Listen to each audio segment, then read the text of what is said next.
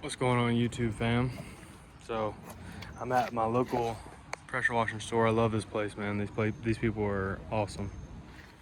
I just had to get a super swivel for my hose reel. Previous swivel was leaking. So what was interesting is this is the original hose reel. This is a 3/8 fitting. You see that, right? A 3/8 fitting, which is just like a fitting for your pressure hose. The super swivel was about like 65 bucks or something like that, 70 bucks. But it had 1/2 inch fitting sizes. So I didn't know that. I didn't know the difference until I took this apart while I was here. Thank God I did it while I was here. And I had to go back up there and get some reducer bushings right here. So this is a male 3/8 to female, male 1/2 inch to female 3/8 inch. Sorry.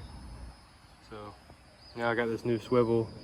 I noticed I needed a new swivel because when I would let go of the trigger on my gun, the machine would, every so often, you would hear it kind of sputter every so often because there was a leak coming out of the swivel right here. So it just needed to be replaced. These swivels right here are stainless and last a lot longer, but I don't like how close it is to the machine. I'm about to rework this whole trailer, the layout and everything. But yeah, had to get a new swivel. It's part of the business. But this is the most important one, the high pressure one. Swivel for that, it's just a garden hose supply line for the tank. Anyway, since I did the last video, I made a little homemade ladder rack here. This is 2x4s. This is a 2x6 going across just to stabilize it from shifting side to side. But I bolted these 2x4s to the trailer itself. And I got like a little platform right there and just made a little H like that. You see that? I got my, what is that, 24-foot extension ladder, I think. That's a 6-foot A-frame ladder. So now, instead of just throwing the ladders on top of all this crap and strapping it to the trailer tailgate, now it's out of the way. I can take my ladders with me every day and it's not in the way. So I also got 75 foot of additional supply line. This is a 5/8. The other is a 3/4 inch.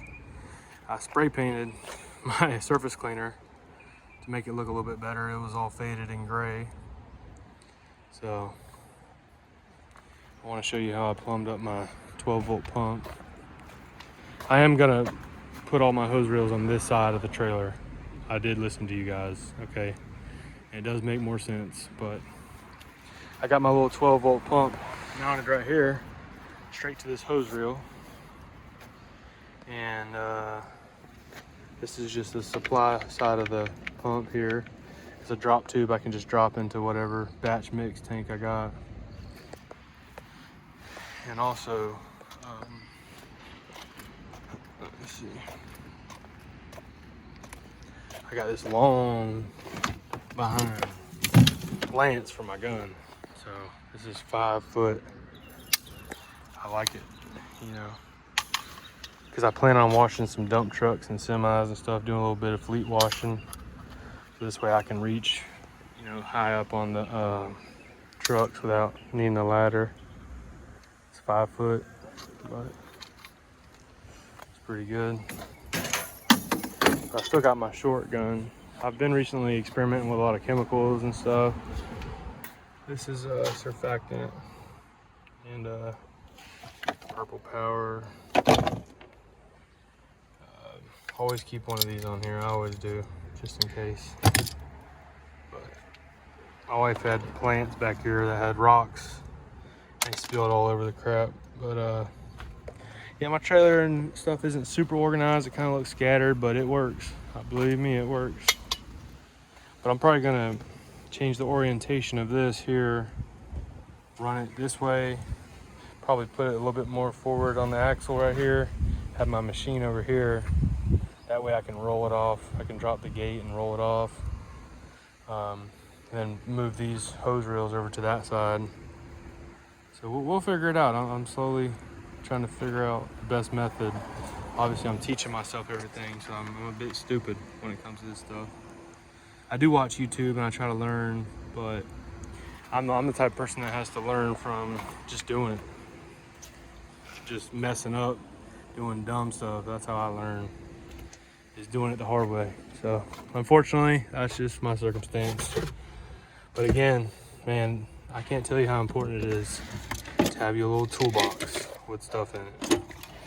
I got all kind of stuff. I mean, I don't have everything extra, but this is my backup ball valve just in case for whatever reason I don't have a handle for it, but it'll work if I absolutely need it. Got some old rusted out fittings. They'll still work. J-rod, all the tips. Oh, I want to say this. So this is a inlet screen for the pressure washer, for the pump. So you see where this hose is fed from the tank. It goes right here. But there's a screen that goes inside of it. It catches stuff. It's supposed to, but this is the original screen. And it was causing my machine not to act right because this screen was so, you know, you could barely see any light coming out of that, you know what I mean? So it's restricting flow. And I haven't changed it this whole time I've been pressure washing, but check this out. Look at that difference. Look at that difference. My machine runs like a brand new machine now because of this little screen. And I'm gonna keep a screen on there. I bought a handful of them and I kept the old original one just to remind myself. But you can get these little screens from Tractor Supply, anywhere. It's an inlet screen that will catch. I got another one right here. And you'll notice it'll drop pressure, it'll start acting funny. So got plenty of O-rings, 3/8, 1/4 inch. I got garden hose, what do you call them, washers or whatever.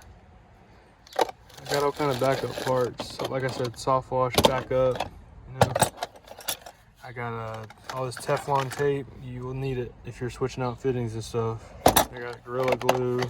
I got, what is this? Thread sealant, like Loctite or whatever crap it is.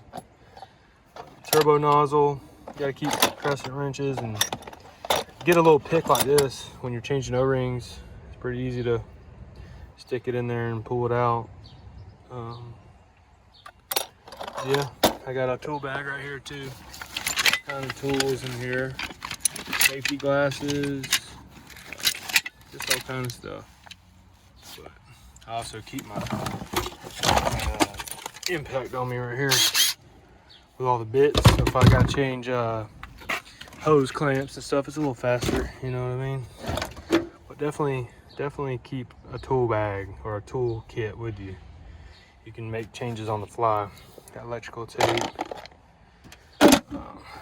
instead of like having to go home and stuff. But I'm trying to think. I got a little cooler. It's obviously nice, just sparkling water.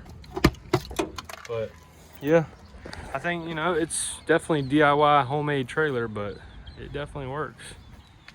And it'll improve over time. I just hit my 1 year mark in business like a month ago, so I feel very proud of this, especially where I came from,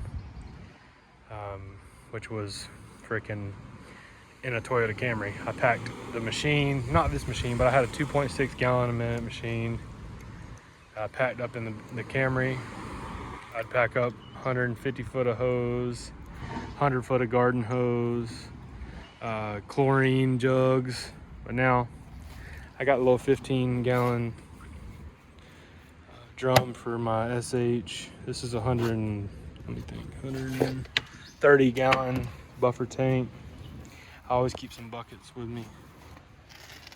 I got this little siphon I got off Amazon. So what I do with that is, it's just a simple little siphon. What I do with that is I'll drop it in here and I'll siphon out a little bit into a spray bottle.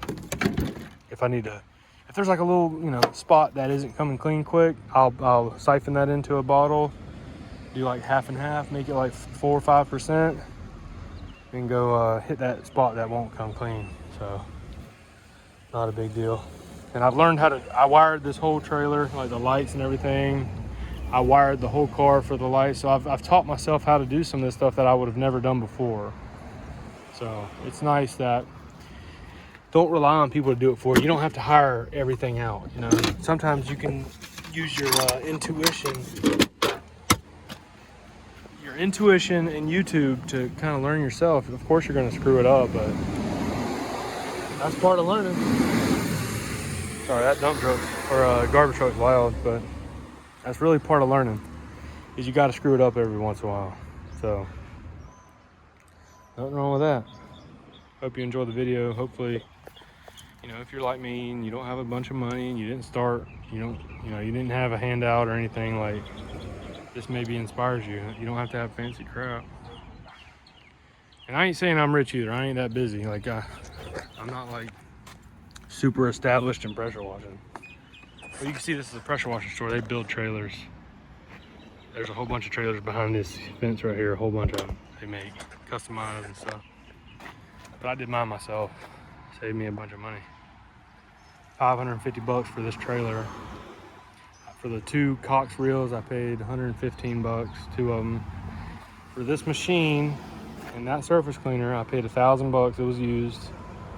That hose reel was like $100 from Tractor Supply. Both those hoses together about $100. That's 175 foot of hose. Now I bought multiple pressure washing guns. They're about 30, 40 bucks a piece. That lance was 20 bucks. Soft wash pump was 200. Plumbing parts probably 100 bucks. You know, you can kind of, it adds up. I get my local chlorine for $2.64 a gallon. I got a good deal on it. The ladders were hand-me-down ladders. A gas can. I got new spout for it, a new release valve or pressure release valve. The battery, I paid 40 bucks from somebody I know. That soft wash gun was 30 bucks. The Flexzilla hose was originally 250 feet, and I think it was like 200 bucks or something. I can't remember.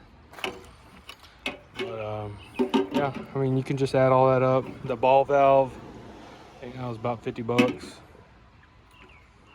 This thing right here is like 60, 70 bucks.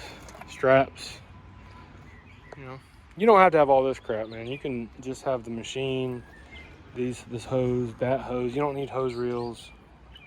Just buy a gun and a downstream injector. This thing right here. Buy that. It's a siphon, so it siphons whatever chemical you have. Mostly SH. It siphons it through the hoses, and you can spray chlorine and stuff on houses. Definitely get a downstream injector.